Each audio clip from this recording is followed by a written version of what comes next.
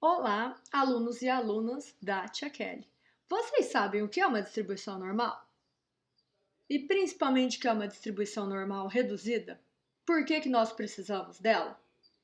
E por que nós precisamos usar aquela tabela cheia de números que vocês olham e falam: nossa, vou ter que decorar isso aí? Não, não vai ter que decorar. Só não esqueça de levar a tabela no dia da prova, hein? Vem comigo que eu vou te ensinar como fazer as continhas usando todas essas ferramentas da distribuição normal reduzida, incluindo com a tabela dos scores. E quem faltou a aula, se liga no vídeo.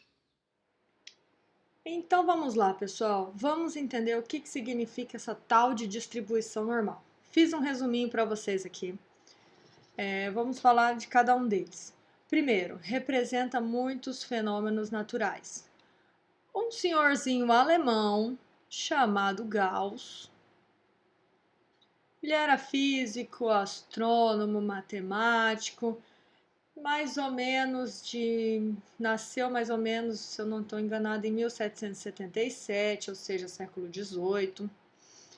Ele estudou muitos fenômenos e chegou a uma conclusão, que esses fenômenos têm uma distribuição parecida, têm um comportamento parecido. E muitos fenômenos naturais, ou seja, que acontecem no nosso mundo, ao nosso redor, têm esse comportamento semelhante. E a esse comportamento ele chamou de distribuição normal. Distribuição normal, ela serve para, anotem aí no caderno, para variáveis quantitativas contínuas.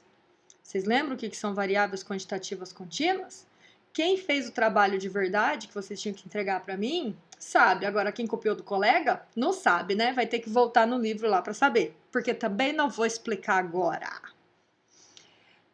Outra característica, ela é muito útil para um N grande. O que é N mesmo? Espero que vocês se lembrem, né? N é o número de observações de determinado conjunto. Quanto maior o N, melhor fica a caracterização, né, dessa distribuição normal. Ela possui média, moda e mediana com valores o quê? Iguais. Sendo assim, ela possui uma única moda. É uma distribuição unimodal. Ela também é simétrica em torno da média. Eu vou dar uma lida aqui, depois eu vou desenhar e vou explicando. Simétrica em torno da média. A área abaixo dela representa 100% se nós trabalharmos com porcentagem ou com número unitário 1. E quanto mais você pega um valor que está longe da média, maior é a chance dessa probabilidade tender a zero. E o que é importante para a distribuição normal? Eu saber valores de média e variância, que no fundo nós vamos utilizar o desvio padrão. Vamos desenhar, ver como que é essa curva. Ela tem um formatinho de sino, vocês lembram que na sala, no quadro, já não fica bom. Vocês imaginam aqui na mesa digitalizadora. Ficou bem torta, né? Vamos ver se eu consigo melhorar aqui.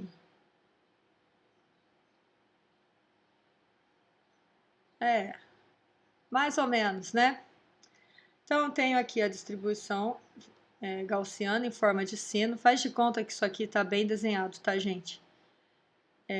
E aqui seria bem o centro. O centro dela, nós temos quem? A média. Essa letrinha grega mi.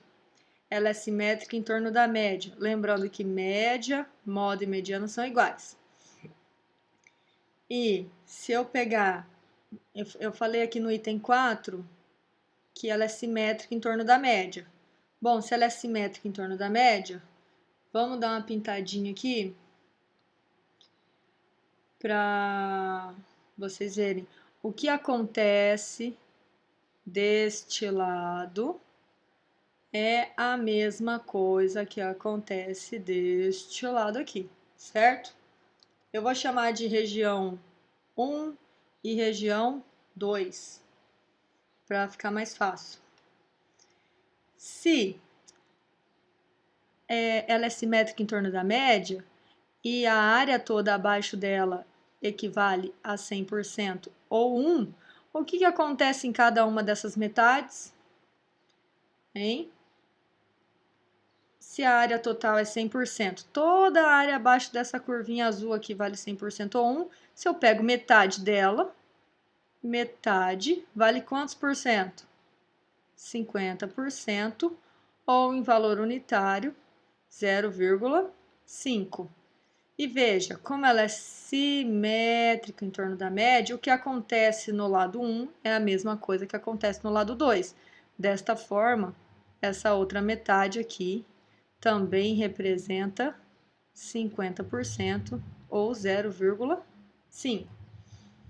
Ficou claro, pessoal? Eu tenho uma área, uma curva de distribuição de frequência, em que o topo dela, o ponto mais alto, é a média, moda e mediana, são iguais aqui.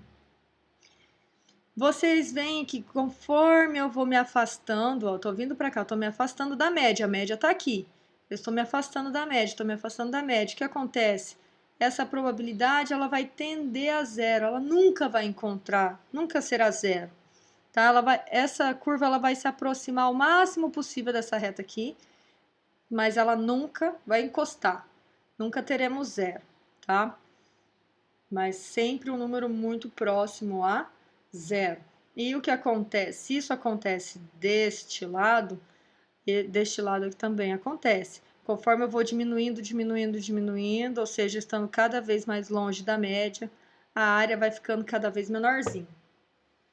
Tá bom? O que mais que nós precisamos ver?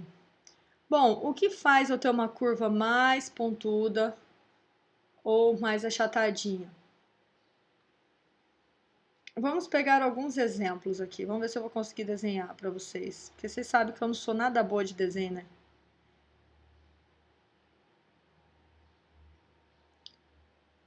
Vamos comparar esta curva com o que eu desenho agora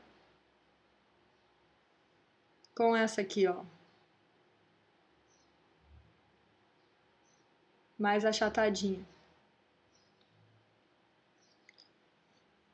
O que eu posso falar do gráfico 1, né, e do desenho 2? Em termos de média e desvio padrão, hein?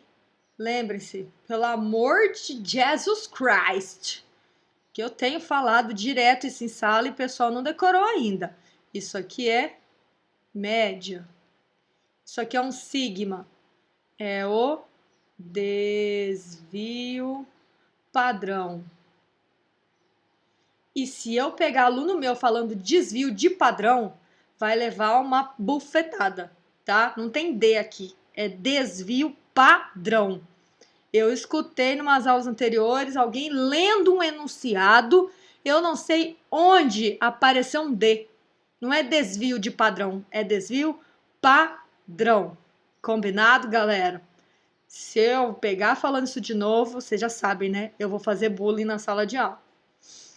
Então, o que eu posso afirmar da média do gráfico 1 e do gráfico 2? Primeiro, da média não, gente, falei errado. O que eu posso afirmar principalmente do desvio padrão aqui? Eu tenho uma curva, tá aqui centradinha na média dela e aqui centradinha na média dela.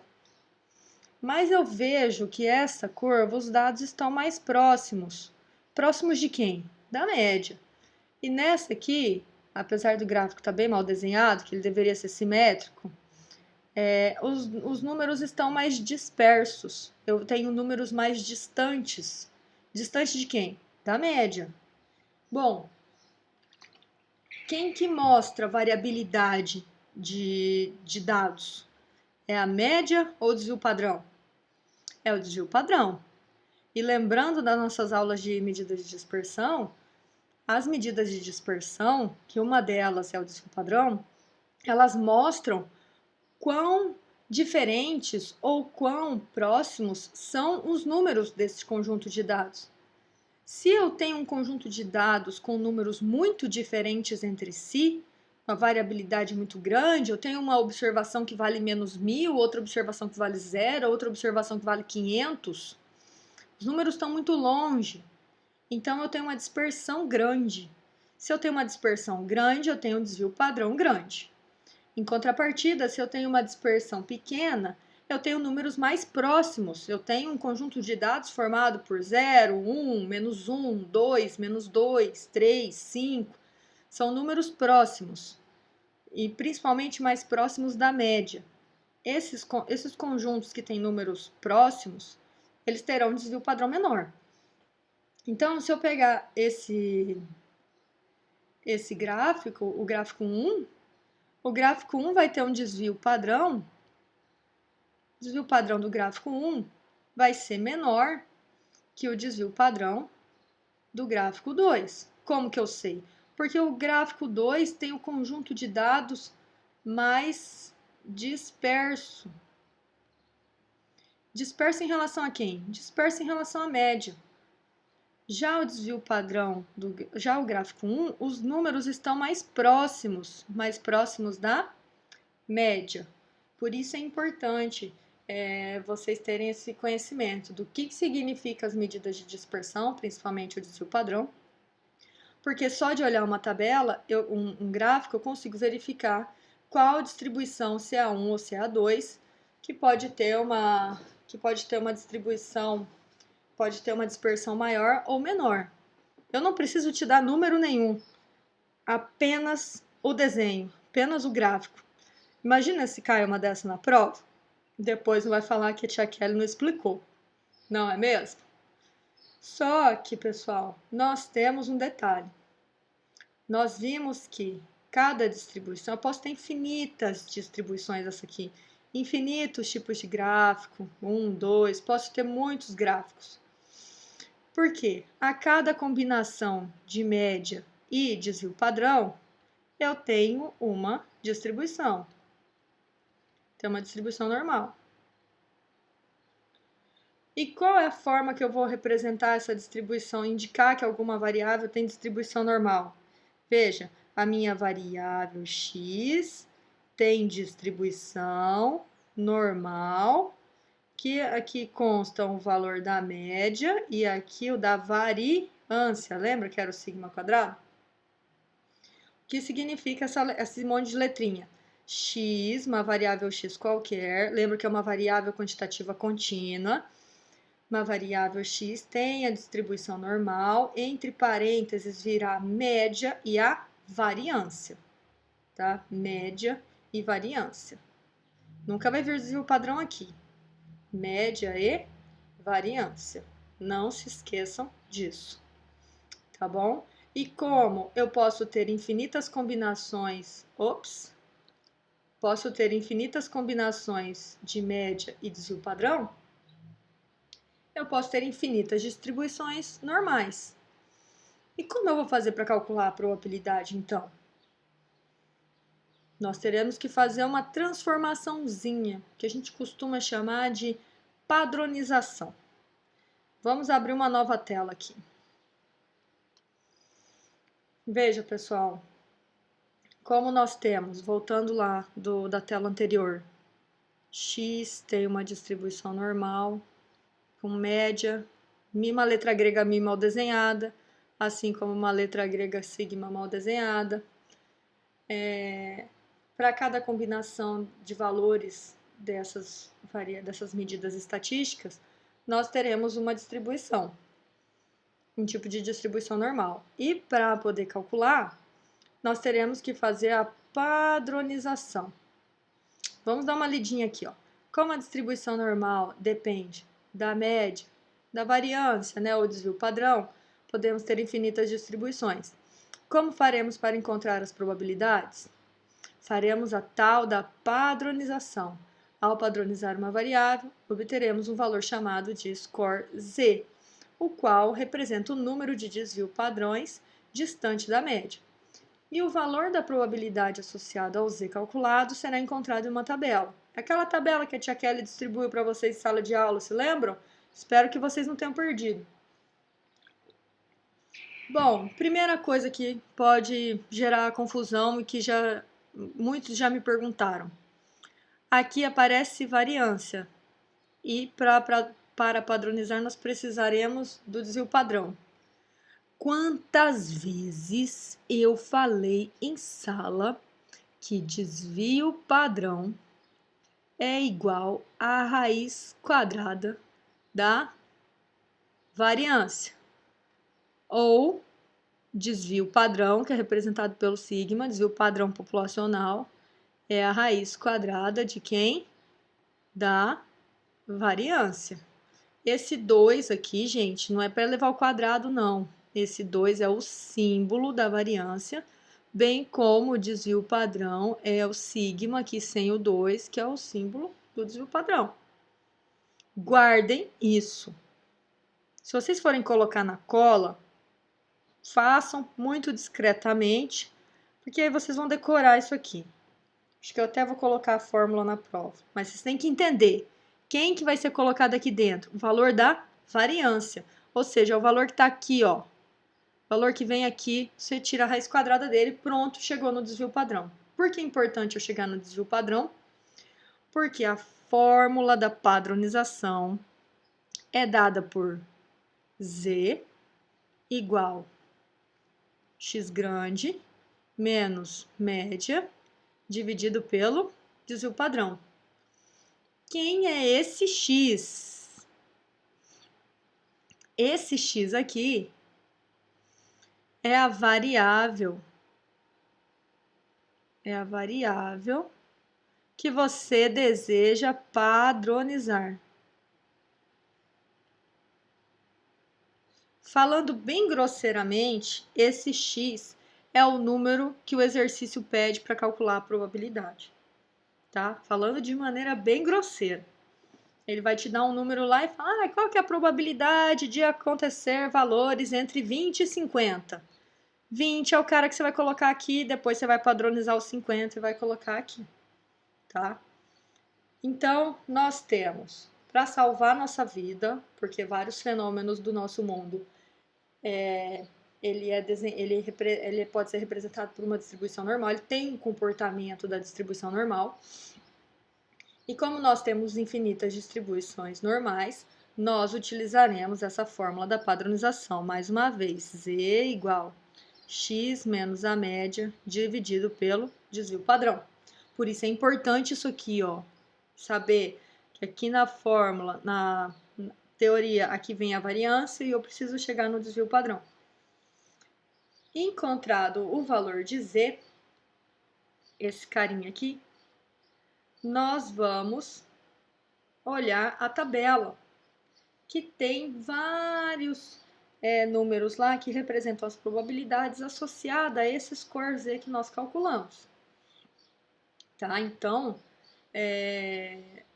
o que nós teremos que saber para resolver um exercício? Ter a média, ter o desvio padrão e entender muito bem o que ele quer calcular. Tá? Eu acho que agora deve ter dado uma melhorada para vocês. Vamos ver na próxima tela como que a gente faz para analisar, encontrar os valores da probabilidade utilizando a tabela. Então já peguem aí, vou dar um tempinho aí para vocês, peguem a tabela em mãos para acompanhar junto comigo, beleza? Tabela na tela. E agora? Vamos supor que nós já calculamos, fizemos o exercício. Eu quero só mostrar para vocês aqui como que a gente encontra as áreas. E essas áreas representam a probabilidade, lembra? A probabilidade dentro da distribuição normal reduzida, ela é dada por uma área, tá? E no lugar de ficar calculando várias integrais, porque essa distribuição normal ela tem uma função densidade, e esses valores internos da tabela aqui, eles foram calculados através de uma integral, né? Então, o pessoal aí, o tio Gauss, junto com Laplace, se eu não estou enganada, mais pessoas, montaram essa tabela aqui, tá? Então, graças a eles, nós só precisamos olhar o resultado na tabela. Veja, nós não temos que calcular integral nenhuma. Pelo amor de Jesus Cristo, é só olhar a tabela. Vamos prestar atenção aqui. Vamos supor que calculamos um Z lá, padronizamos uma variável e a gente chegou no valor de 0,11. E eu preciso saber encontrar quanto que esse número representa em probabilidade. Eu tenho, a tabela tem essa coluna formada por Z e essa coluna aqui. Eu tenho 0,11. Tem 0,11 nesta coluna aqui? Não, mas tem 0,1. 0,1. Se eu juntar 0,1 com 0, vai continuar dando 0,1, não é mesmo? Se eu juntar 0,1 com 0,01, fazer aqui, hein? 0,1. Como que eu faço para representar esse número decimal aqui? Ele não é 0,01. Por quê? Se eu faço a soma, isso aqui vai dar 0, 1 mais 0, 1, e 1 mais 0, 1, 0,11. Então, eu vou juntar essa linha do 0,1 com essa coluna aqui. Então, traçando um risco, aqui e aqui, um Z de 0,11, ele vai me dar que valor da tabela? 0,0438. Vamos supor um outro Z, só para a gente entender como é que funciona essa tabela. Um Z de 1,56. Mais uma vez, separa aqui até a primeira casa decimal, 1,5. Depois eu vou ter que somar isso com 0,06, não é? Se eu fizer essa soma, não dá 1,56? Então, eu vou lá na coluna do 1,5, aqui, ó. 1,5 está aqui. Eu vou pensar nessa linha toda. Agora, eu vou juntar isso com 0,06. Olha o 0,06 aqui, ó. Vou descer até aqui e juntar até aqui. Que número, se eu juntar os dois, que número que deu? Então, isso aqui está associado com o valor de 0,4406. Mais um detalhe importantíssimo. Essa tabela, ela tem essa área, ela é dada. Tem aqui a média. Vamos pegar, faz de conta, esse Z de 1,56. Essa tabela, ela sempre vai dar a área entre a média zero e o Z que você calculou. É sempre a partir daqui, da média, até o Z que você calculou. Então, ele vai me dar essa área aqui, ó. Essa área representa 0,4406 ou 44,06%. O que isso quer dizer? Que entre o valor da média e um Z de 1,56, eu tenho 44,06 de probabilidade. Ah, professora, mas e se eu quiser essa área que você desenhou de 1 aí? Como é que eu faço para achar isso? Bom, é simples. Você sabe que da metade da área até o final, eu tenho 50%. Se você quer só a área 1, basta excluir esta área que está pintada de rosa. Metade menos essa área vai dar a área 1. Tá? Então, se eu fizer a área 1, vai ser os 50% menos 44,06. Esse resultado é o resultado de encontrar, sei lá, um Z maior que 1,56. Tá? Vamos fazer mais uns exercícios, então, mais uma tela aí, para a gente entender como que calcula as áreas. Pessoal, vamos supor que eu faço uma pergunta assim para vocês. Qual a probabilidade, vamos pegar aqui, probabilidade do Z ser maior que, sei lá, 1,2?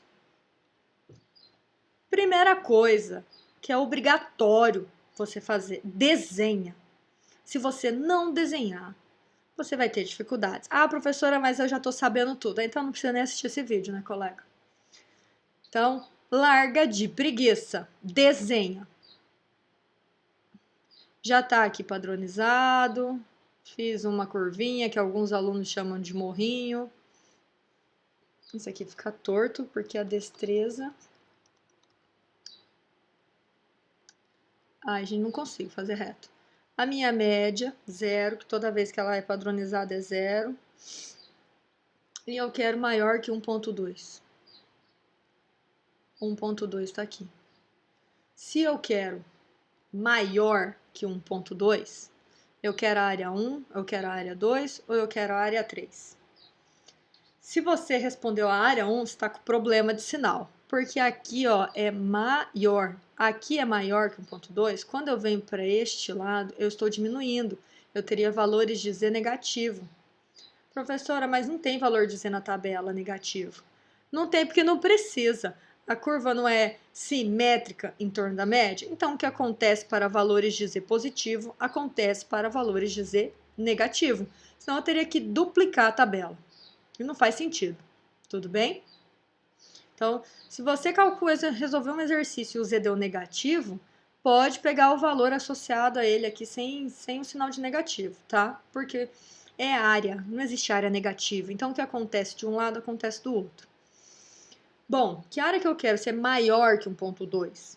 Eu parto do zero, z's positivos estão para este lado e z's negativos estão para este lado. Se eu quero maior que 2, que área que eu vou querer? Eu vou querer a área 3, né? Vou deixar ela aqui. Eu quero a área 3.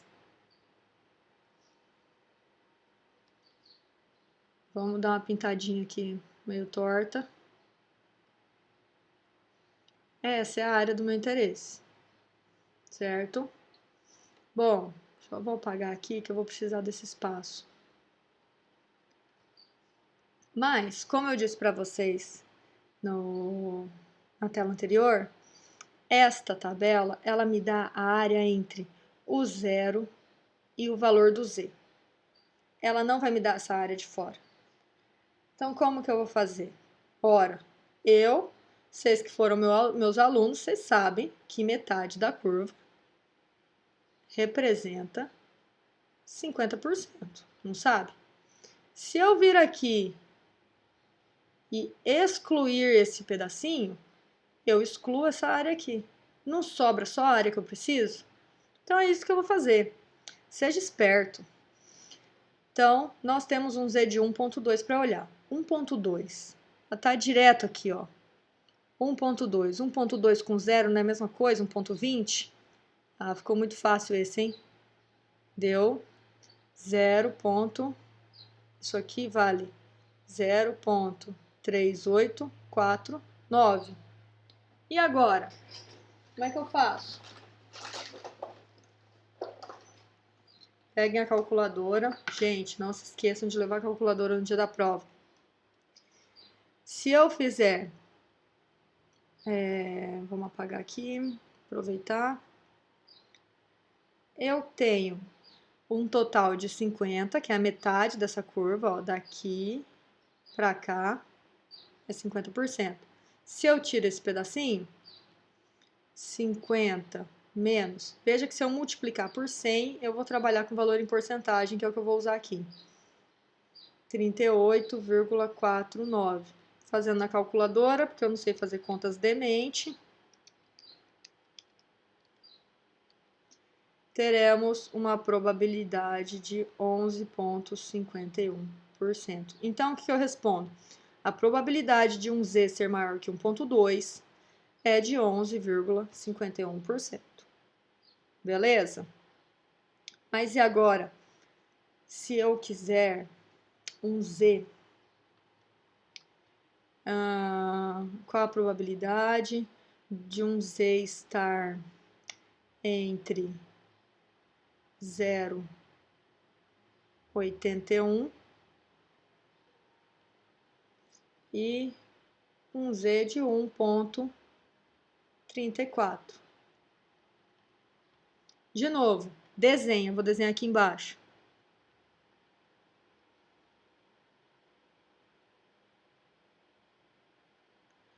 Eu tenho a média 0.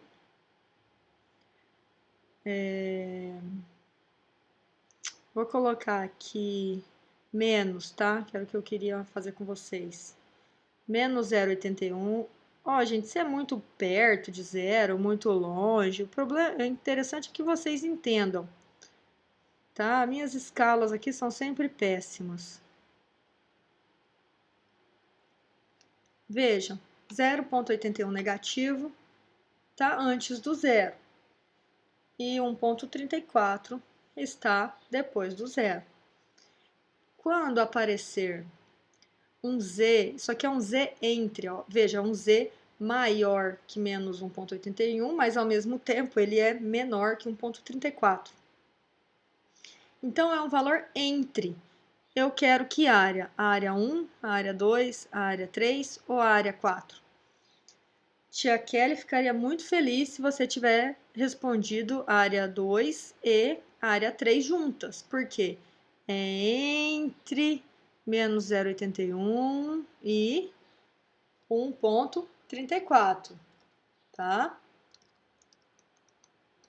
Então, a área que nós vamos trabalhar é essa aqui, ó. É a área que nós queremos. Esta. Tá? E agora, como é que eu faço? Bom, a tabela sempre vai me dar a área entre o 0 e o z. Entre o 0 e o z. Não vai me subtrair um z pelo outro, procurar, hein? Então, primeiro, a probabilidade de um z menos 0,81. Veja, não tem menos 0,81.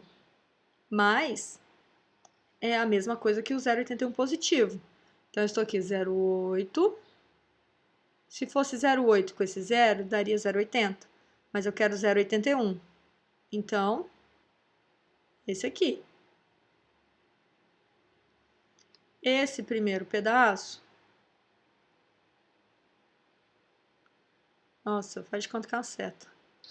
Deu 0,2910. Falta descobrir essa área aqui. 1,34. Vamos lá, 1,3 tá aqui. 1,3 com 0, 1,3 com 1, 1,3 com 2, 1,3 com 3, 1,3 com 4, tá aqui, ó. 1,3 com 4. Então, deu 0,499. Então, como que eu vou fazer para descobrir qual que é essa probabilidade? Vai ser a soma das duas áreas, não é mesmo? Eu quero essa área toda. O z está em algum lugar entre menos 0,81 e 1,34. Ele pode estar em qualquer lugar aqui. Então, basta só somar essas duas probabilidades. Então, eu posso somar 29,10 mais 40,99. Quanto que vai dar isso? Vamos ver. 29,10 mais 40,99 deu 70,09. Isso aqui é o que? A probabilidade do z estar entre menos 0,81 e 1,34 é de 70,09%. Certo, pessoal? Espero que tenha ajudado vocês aí a entender melhor como é que funciona a tabela da distribuição normal. Ah, tia Kelly ficou devendo uma informação importante aqui. Toda vez que nós estivermos falando da distribuição normal, reduzida ou padronizada, como que nós vamos representá-la? Z vai ter uma distribuição normal. Isso aqui vai ser sempre de média 0 e variância 1. Sempre, sempre. Falou isso aqui, já significa que a sua variável já está padronizada, tá? Ah, variável y tem distribuição normal com média 0 e variância 1. Já está padronizada. Isso aqui é a característica da normal padronizada, tá? Não se esqueçam disso. Pelo amor de Jesus Christ, certo? Vamos fazer um exercício que está no nosso material. Se eu não me engano, ele está na lista que eu passei para vocês. Vamos ao exercício, então, na próxima tela. O exercício fala o seguinte, pessoal. Se eu não me engano, era o exercício 3 da nossa lista. Fala que y tem uma distribuição normal, com média 0 e variância 1.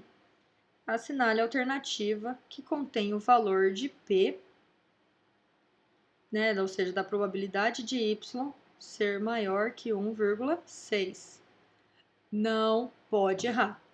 Se errar um exercício desse, tia Kelly vai ficar #chateada. Primeira coisa, vamos desenhar. Gente, não esqueçam, tem que desenhar para vocês entenderem. Média 0. Por quê? Sempre distribuição normal reduzida, média 0, e ela sempre vai aparecer com essas características. Apareceu média 0 e variância 1, estou na distribuição normal reduzida ou padronizada. E ele me deu um Z de 1,6. Estou aqui no score Z já. E este sinal aqui, ó, é um sinal do quê? De maior, quando eu leio daqui para cá. Y é maior que 1,6. Maior que 1,6 está na região 1, na região 2 ou na região 3? Está na região 3, né, pessoal? Eu quero valores maiores que 1,6. Veja, lembrem-se que a tabela vai me dar a área apenas entre o 0 e o valor do Z definido. Bom, vamos lá então, vamos achar que área que é essa aqui, da área 2. 1,6. 1,6 é 1,6 com 0, que é 1,6 com 0, que dá 1,60. Então, juntando, quanto que deu? Essa área 2 vale 44,52%. Mas nós temos aqui que metade da nossa área vale 50%. Como que eu faço para descobrir a área que eu quero? Oxe, é só vir aqui, ó, apaga esse pedacinho. Na hora que eu retiro esse pedacinho, o que que vai sobrar? Vai sobrar literalmente a área que eu preciso. Vai sobrar a área que eu quero. Então, eu vou fazer 50, que é o total, menos o pedacinho que eu não quero, 44,52. Tá? Então, 50 menos 44,52, isso aqui vai me dar 5,48. No livro tá 5,5. Se eu for, como é que eu falo? Isso aqui tá em porcentagem, tá? Isso aqui é em porcentagem também. Se eu for eliminar uma casa aqui, esse 8 é eliminado e aumenta uma unidade, dá 5,5%. A alternativa do nosso livro está em número unitário, então é 0,055. Ficou a letra B. B de quê? De Buda. Então já temos aí uma explicação da curva normal. Se faltou alguma coisa, se faltou algum detalhe, anotem, falem comigo na próxima aula ou deixem sugestões aqui nos comentários. Assistam o vídeo, compartilhem, cliquem, curtam, tá? Porque a tia Kelly tá falando aqui, ela tá com dor nas cordas vocais. Ajuda a tia Kelly, tá? Porque eu tô tentando ajudar vocês da maneira que eu posso. Então já resolvemos aqui o terceiro exercício do nosso livro, tá? Que é o mesmo da lista de exercícios. Espero que tenha ajudado. Bons estudos a todos!